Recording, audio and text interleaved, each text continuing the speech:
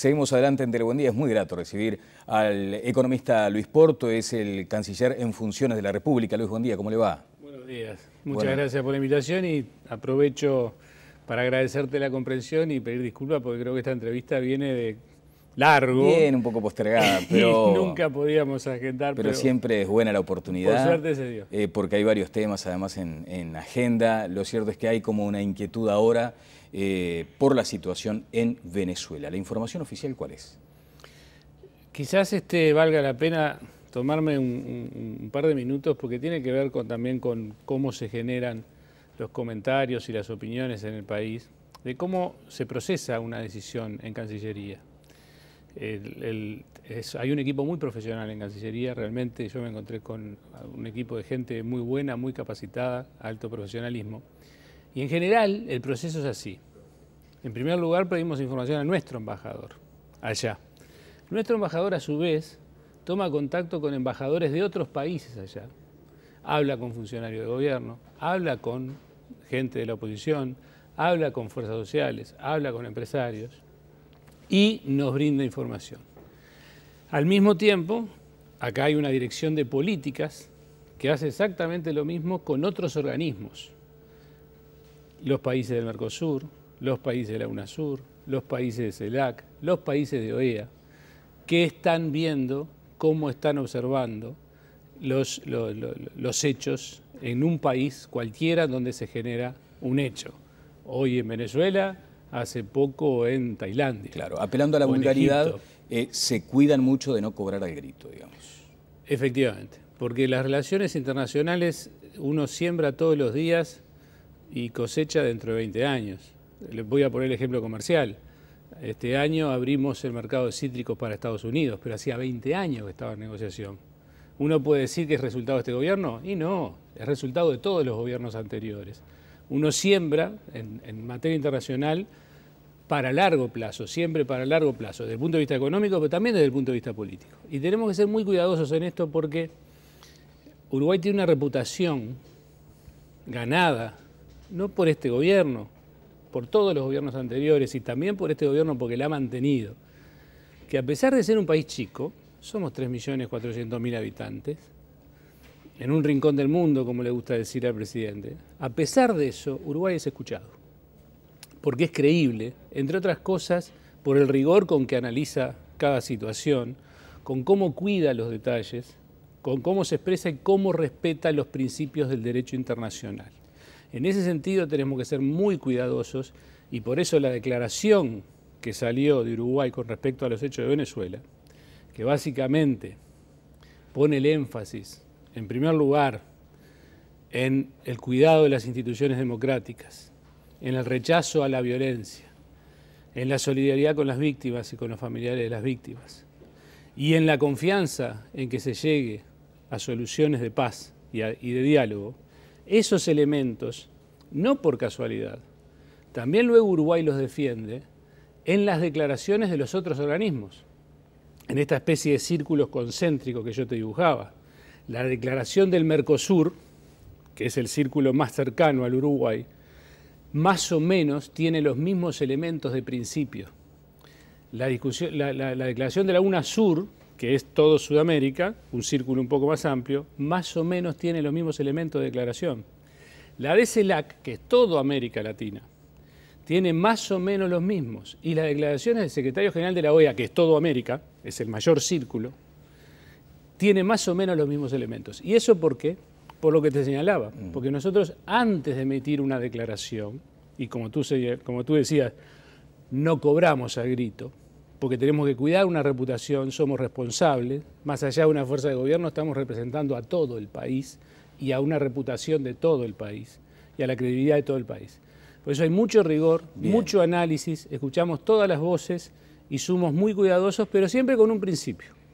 El principio del respeto al derecho internacional y a los valores que están detrás de ese derecho internacional. La democracia, la paz y el respeto a los derechos humanos. Me parecía importante destinar estos minutos a explicar este procedimiento que es ni más ni menos que la resolución de ese entramado de comunicaciones que luego deriva en las declaraciones. Tú mencionabas algo al comienzo y me parece relevante.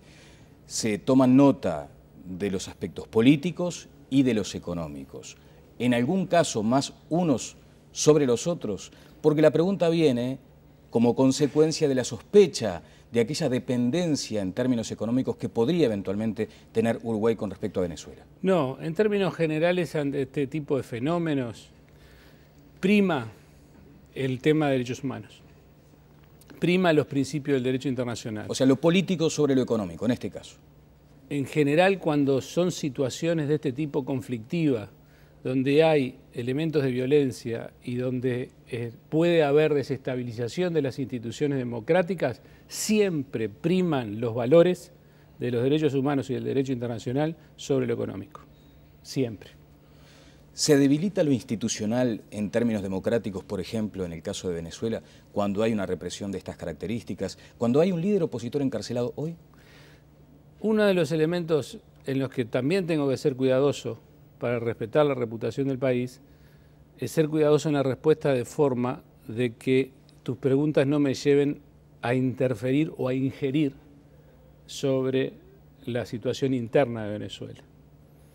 Digamos, yo no puedo opinar sobre las políticas que pueda estar haciendo el gobierno.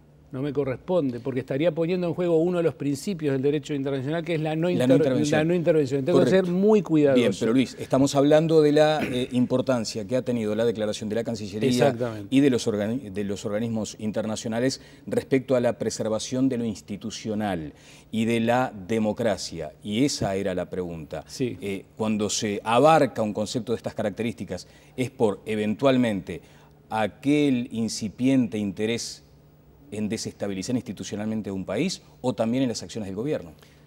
Este tipo de situaciones, y voy a tratar de evitar referirme a Venezuela por lo que señalaba antes de no intervención, en cualquier tipo de país, cuando hay manifestaciones pacíficas frente a un gobierno democráticamente elegido por el pueblo, en general, uno no puede decir que se están debilitando o se están atacando las instituciones democráticas, porque forma parte de la democracia la manifestación en paz, la manifestación y la libre expresión.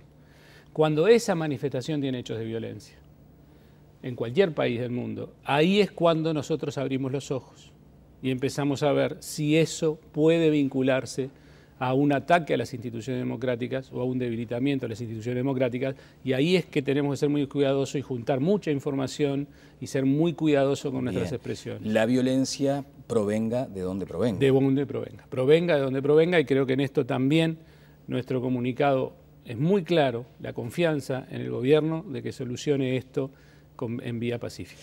Quiere decir que, para concluir, rechaza la Cancillería o la autoridad uruguaya que se le acuse de un respaldo desembosado al gobierno de Nicolás Maduro. Ese tipo de expresiones, con todo respeto, porque forman parte de un proceso democrático, creo que forman parte del año electoral. En general, cuando los senadores o los diputados nos llaman, usando los mecanismos institucionales, nos piden informes, nos llaman a comisiones o nos llaman a sala, se dan discusiones, pero en general no hay expresiones tan fuertes. Ese tipo de expresiones fuertes, sin atribuírselas a nadie en particular, creo que están más vinculadas a que estamos en un año electoral, y en año electoral juega aquello de yo soy de Danubio y vos sos de Defensor, y entonces nos ponemos la camiseta, viste que me cuidé de decir no Peñarol y Nacional, sí, bueno, sino Danubio y Defensor por obvias razones. Bueno, de cualquier modo, ese tironeo político interno entonces no afecta de ningún modo la postura que ha asumido la Cancillería a través de su propia declaración y de los organismos internacionales, convocando a la paz en Venezuela. Efectivamente. A que se convoque a ese estado de paz. Decíamos hoy lo económico, ¿el factor petróleo no incide tampoco en esta toma de decisiones? No incide. Hoy en día, insisto, las relaciones económicas importan. Uruguay tiene relaciones económicas con más de 120 países, tiene que cuidarlas todas, hay que regarlas todas cada día, porque hoy quién sabe cuándo se va a cosechar en forma importante. Hoy de repente exportamos $800.000 y dentro de 15 años, gracias a eso, exportamos 400 millones, es decir, hay que regar todo día. Las relaciones económicas siempre son importantes, es uno de los pilares de la política exterior, la promoción del comercio y la inversión, pero el primer pilar de la política exterior del Uruguay es el principio al derecho internacional y el respeto a esos principios. Ese es el primer pilar de la política exterior y en este tipo de situaciones es el que prima. Bien. El respeto a las instituciones democráticas y a la convivencia en paz de las naciones y a las manifestaciones y a la libre expresión en paz. Eso es lo que prima por sobre los otros elementos. Correcto. Un economista devenido a diplomático, creo presumir que me responderá en la próxima pregunta, pero de cualquier modo la realizo. ¿Es oportuna la presencia de Nicolás Maduro a mediados de marzo? ¿En este contexto? El quien tiene que evaluar si es oportuna o no es el presidente Maduro. Digamos, si el presidente Maduro va a hacer una gira por los países del Mercosur, para nosotros es bienvenido porque también vamos a tener información de primera mano respecto a este tema que hablábamos hoy, hasta qué punto este tipo de manifestaciones violentas pueden o no debilitar las instituciones. Pero viene con un cometido comercial específico. Viene con varios cometidos, cada vez que viene un presidente se habla de todo. Me imagino, pero hay uno puntual y tiene que ver con ese vínculo, en este caso, para decirlo en términos muy groseros, el intercambio de productos uruguayos por petróleo. En ese contexto... Eso ya existe un acuerdo entre ANCAP y Petróleos de Venezuela que acaba de ser enmendado a los efectos de posibilitar de que un porcentaje de esas ventas sirvan para, de alguna manera, financiar las exportaciones de Uruguay a Venezuela. Eso todavía no ha sido reglamentado y efectivamente es uno de los temas que se van a tratar, es cómo regular o cómo reglamentar ese acuerdo recientemente Bien, realizado. El expresidente de ANCAP, Raúl Sendic, dijo que no ha dado resultados hasta el momento aquel acuerdo firmado. Hoy se señala que podría llegar a ser como la revisión de viejos acuerdos entre Uruguay y Venezuela, pero digo, se avanzará en este aspecto comercial, sin dudas, con la visita de Maduro. Esperamos que se avance efectivamente en la reglamentación de este acuerdo que ya fue firmado hace pocas semanas. Que no ha tenido los resultados esperados. Porque no fue reglamentado todavía esta parte, este componente, no fue reglamentado de cuánto y cómo se destina a las empresas que exportan a Venezuela de la factura petrolera y si entran o no entran allí las deudas. Hay una cantidad de elementos que hay que resolver, que es como cualquier cosa, es como una ley, uno saca una ley, hasta que no está reglamentada no tiene efecto, digamos, porque no se puede. Se supone que va a haber un avance en ese sentido. Ojalá. Tanto los presidentes, el presidente Mujica y el expresidente Lula han manifestado una vez más la preocupación por el curso que ha tomado el Mercosur o por la falta de rumbo que muchas veces tiene el bloque. También se rozó en el cuestionamiento a la UNASUR. ¿Cuál es su valoración, Luis? El Mercosur es un proceso de múltiples dimensiones.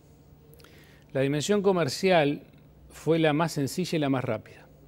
Entre 1991 y 1994 todos los países convergen en sus aranceles y reducen sus aranceles para el libre comercio entre sus economías, quedando una zona de libre comercio con aspectos de una unión aduanera imperfecta, es decir, un arancel externo común hacia afuera, pero con múltiples perforaciones. Esa es la parte más fácil, porque el arancel se ve. ¿Lo bajo o no lo bajo? Y en el caso de Uruguay, por ejemplo, se puede bajar por decreto, no necesito ley. ¿Sí? Es la parte más fácil. Después le viene la parte más difícil, que es, por ejemplo, todos los elementos no arancelarios. Las normas técnicas, los elementos sanitarios y fitosanitarios, los procedimientos aduaneros de que un camión quede parado en la frontera 10 días o 15 días, esos aspectos. Cómo se cobra el arancel externo común, cuál es el arancel externo común, en qué tipo de productos, eso ya es más complicado. ¿Por qué es más complicado? Porque para eso se necesitan estructuras productivas similares. Se necesitan políticas productivas similares. Y nosotros en el Mercosur tenemos estructuras productivas diferentes entre los países. Y además se necesita que cuando hay asimetrías, alguien pague esas asimetrías, alguien compense, por ejemplo, a los más chicos. Claro, debería ser el grande el que pague, ¿no? Claro, pero ¿qué pasó en los últimos 20 años? Que el más grande no era el más rico. El más rico era el más chico, Uruguay, y que por lo tanto el más grande tenía zonas dentro de su país mucho más pobres que el más chico del Mercosur. Entonces se planteaban dificultades para esos sistemas de compensación como en Europa, donde muchas veces países como Alemania son los que encabezan esos sistemas de compensación, porque es el más grande y es el más rico. Pero en nuestros países ese tipo de asimetrías ha dificultado la evolución del tema comercial, pero que efectivamente el área comercial, se ha estancado en los últimos años y no se ha logrado avanzar, y por eso Brasil y Uruguay, en forma bilateral, en esos temas están tratando de avanzar en los últimos meses. Eso en el área comercial. Sí. En otras áreas, como temas de compensación por asimetría de infraestructura, sí se ha avanzado. Por ejemplo, con el Fondo de Convergencia Estructural del Mercosur, donde hay proyectos por 1.000 y pico de millones de dólares, ya aprobados unos 750 millones de dólares, de los cuales casi la mitad los aprovecha Uruguay. Es decir, en eso el Mercosur ha avanzado. En la dimensión social, también el Mercosur ha avanzado mucho en los últimos 10 años. Y en la agenda externa también.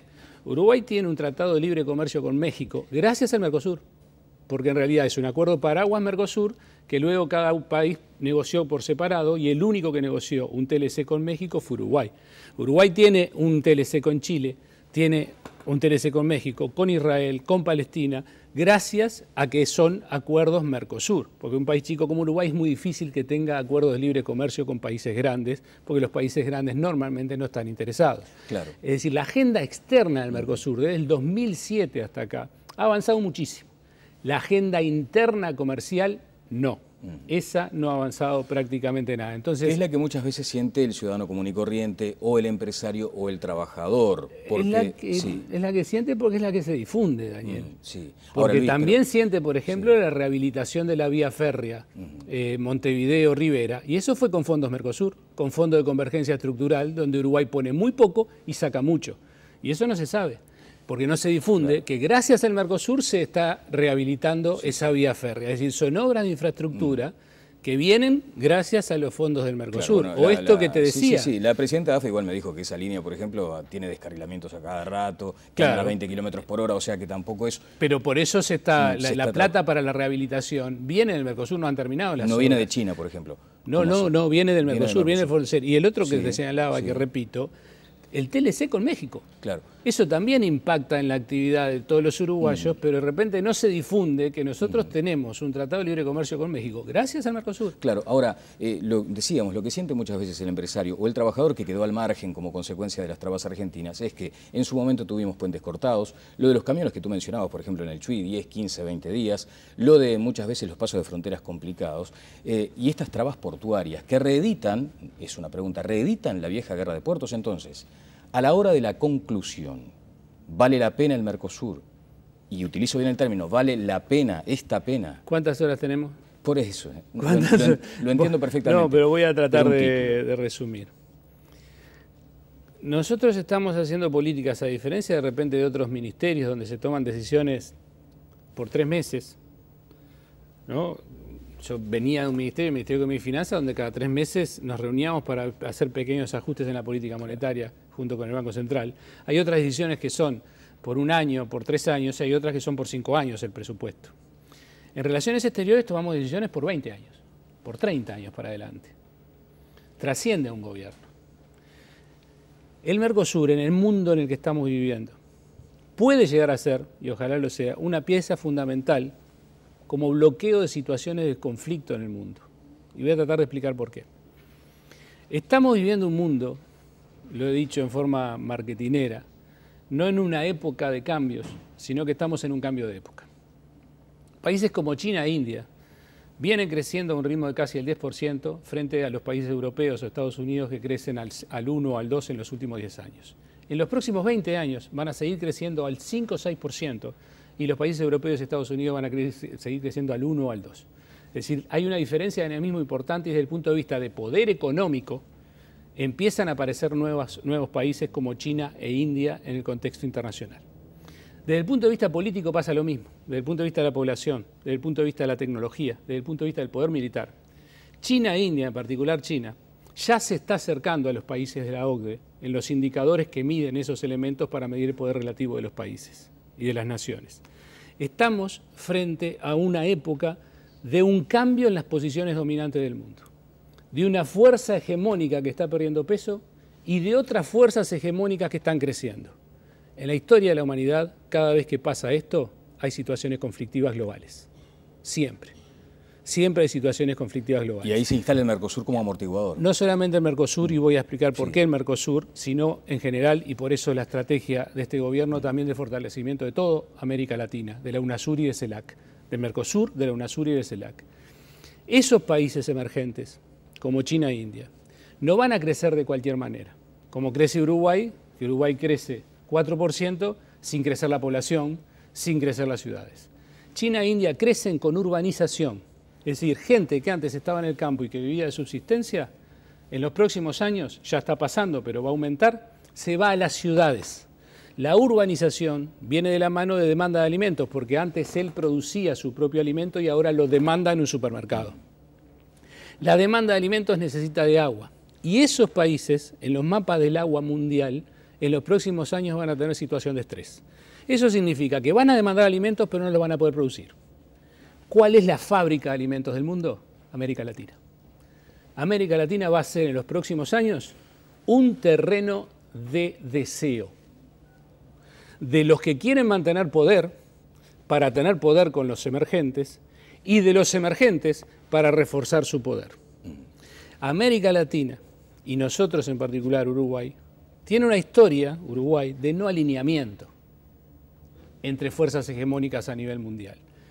Y si nosotros logramos, a nivel de América Latina, ya no a nivel comercial, ya no a nivel tecnológico, infraestructural, sino a nivel político, tener una visión común de un continente que opere en los organismos internacionales como fuerza de bloqueo de situaciones de conflicto, entonces el Mercosur, la Alianza del Pacífico, el SICA, el CARICOM, que son todas las instituciones de América Latina y que estamos buscando la forma de que dialoguen entre sí, van a jugar un rol central, no solamente desde el punto de vista económico o infraestructural, sino también desde el punto de vista de la capacidad de una América Latina que tenga, ojalá, capacidad de bloqueo de situaciones conflictivas a escala global. Bueno, definitivamente dejamos todos estos minutos porque me parece que efectivamente hay una política que va mucho más allá de lo que es un gobierno, la trazamos a 20 años y merece entonces por lo menos algunos titulares en ese sentido. De cualquier modo están después las urgencias. Y además hago un apunte.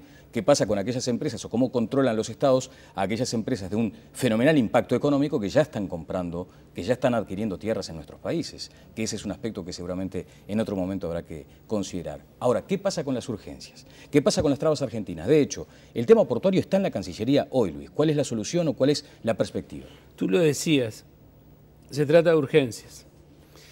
Es cierto lo que tú señalás de que el Mercosur tiene debilidades institucionales que nos llevan a no plantear en el Mercosur a que se resuelvan estos problemas, estos temas, porque puede llevar 2 años.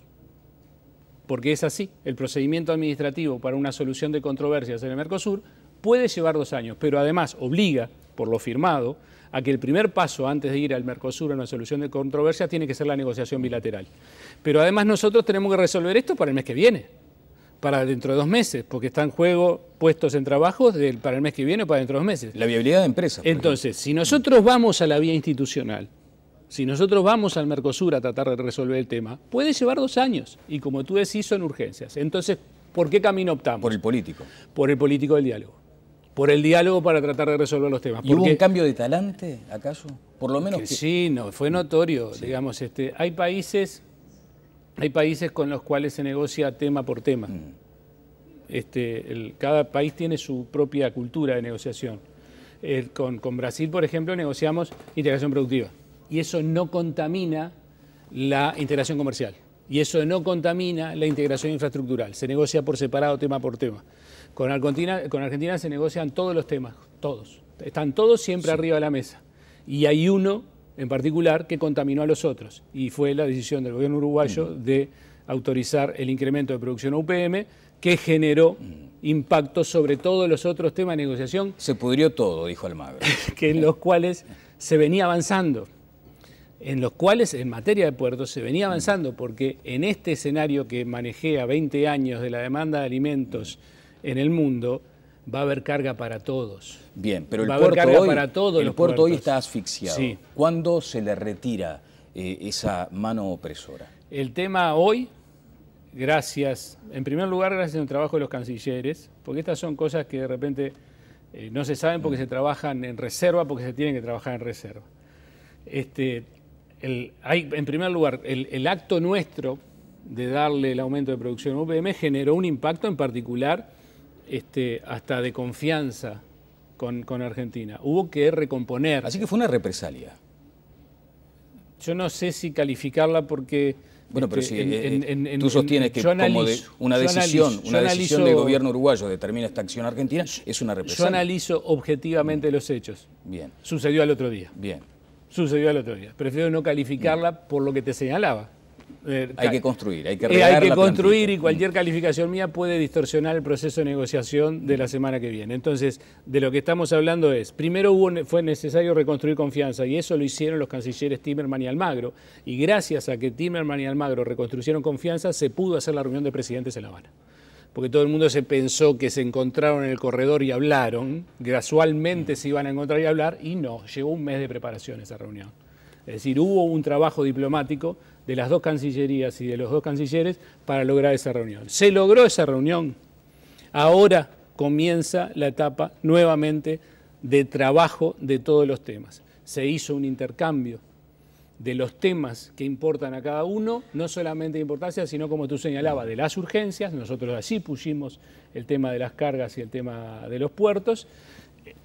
Ellos pusieron otros temas, que no me corresponde decir cuáles son, y nos vamos a reunir y nos vamos a empezar a trabajar, pero de nuevo, y esto no es menor, el esquema de negociación es todos los temas sobre la mesa, y eso significa que tenemos que ir acomodando todas las piezas, y esto es un tablero de ajedrez de múltiples entradas. Un puzzle casi, ¿no? No es aquello de que obreros y empresarios unidos y adelante para resolver los conflictos bilaterales en los países. Ojalá, pero no. Como decíamos ayer en Twitter, traté de demostrar que nada es tan sencillo. Bueno, todo siempre es un poco más complejo. Todo es más complejo, es verdad. Muchas gracias por estos minutos. Queda simplemente para más adelante, en todo caso, esa decisión estratégica que debe asumir el bloque, si nos vamos con China, si nos vamos... ¿Por qué la Alianza del Pacífico, por ejemplo, tiene ese vigor, esa capacidad de ir para adelante, esa hegemonía hasta en términos macroeconómicos, y eso no lo logra el Mercosur en tanto tiempo? Lo logró. Sí. Entre 1991 y 1994. Ellos están en esa etapa, claro, en la etapa más fácil. Fue un segundo de la historia, ¿no? Déjame robarte un segundo más. Nosotros tenemos arancel cero con Chile. Tenemos arancel cero con México, Alianza del Pacífico. Tenemos 90 y pico de productos con los cuales tenemos arancel cero con Colombia y con Perú. Es decir, con la Alianza del Pacífico ya estamos prácticamente en libre comercio. Y en donde no estamos, quisimos avanzar y no pudimos. Uruguay quiso avanzar y no pudo. La parte más sencilla es el 90%. La parte más sencilla es el 95%. El resto va a ser para 15, 16, 17 años y la parte más sencilla es la arancelaria. Esa es la etapa donde está hoy la Alianza del Pacífico. Bien. Es la etapa en la que estuvo el Mercosur entre 1991 y 1994. Es la más fácil. Cuando empiecen a hablar de normas técnicas, cuando empiecen a hablar de todas las restricciones no arancelarias, si quieren avanzar un poco más, eso en Europa, en el Mercosur, y en la Alianza del Pacífico llevará muchos años. Bueno, no le digo al canciller, sí al economista. ¿Teme una devaluación, que se profundice la devaluación en Argentina con un impacto notorio en Uruguay? No me quiero meter en los temas de política de los países, quiero decir claramente que es un análisis. La elección de Vergara, digamos. Que un análisis, que creo que vale la pena, te estoy robando minutos desde hoy, pero el economista Vergara ya aclaró y vale la pena que desde el punto de vista del gobierno se aclare, que no quiso intervenir en los asuntos de Argentina y mucho menos faltar respeto. Él hizo un análisis del mundo de qué estaba pasando con China, lo mismo cuando yo ahora he hablado de Alianza del Pacífico, no me quiero meter en los temas de Alianza del Pacífico, sigo análisis. Claro. En términos, lo voy a tratar de decir muy sencillo. Hace 10 años que todo el mundo dice que Argentina explota y no explota. Hace 2 semanas todos los analistas decían que estábamos al borde del descalabro y con una resolución, no con un decreto, no con una ley, con una resolución del Banco Central se frenó. Tanto no era el problema si con una resolución se frena. Bien. Del litoral me estaban llamando el otro día por aquello de las góndolas, ¿no? Productos argentinos en las góndolas uruguayas del litoral a la tercera parte de lo que sale el mismo producto aquí en Uruguay. ¿Es un tema que está en el ajedrez, es en el puzzle? No. No, pues esas son cosas que han pasado toda la vida entre Uruguay y Argentina y entre Uruguay y Brasil. Somos un país frontera y esas cosas siempre pasan. A veces vamos para allá, a veces vienen ellos para acá. Cuando vienen ellos para acá aplaudimos, cuando vamos nosotros para allá son cosas que... Muchas gracias, Luis, por estos minutos. No, por favor. El canciller en ejercicio, Luis Porto, estuvo con nosotros. Vamos a la pausa y seguimos adelante en Telebundía.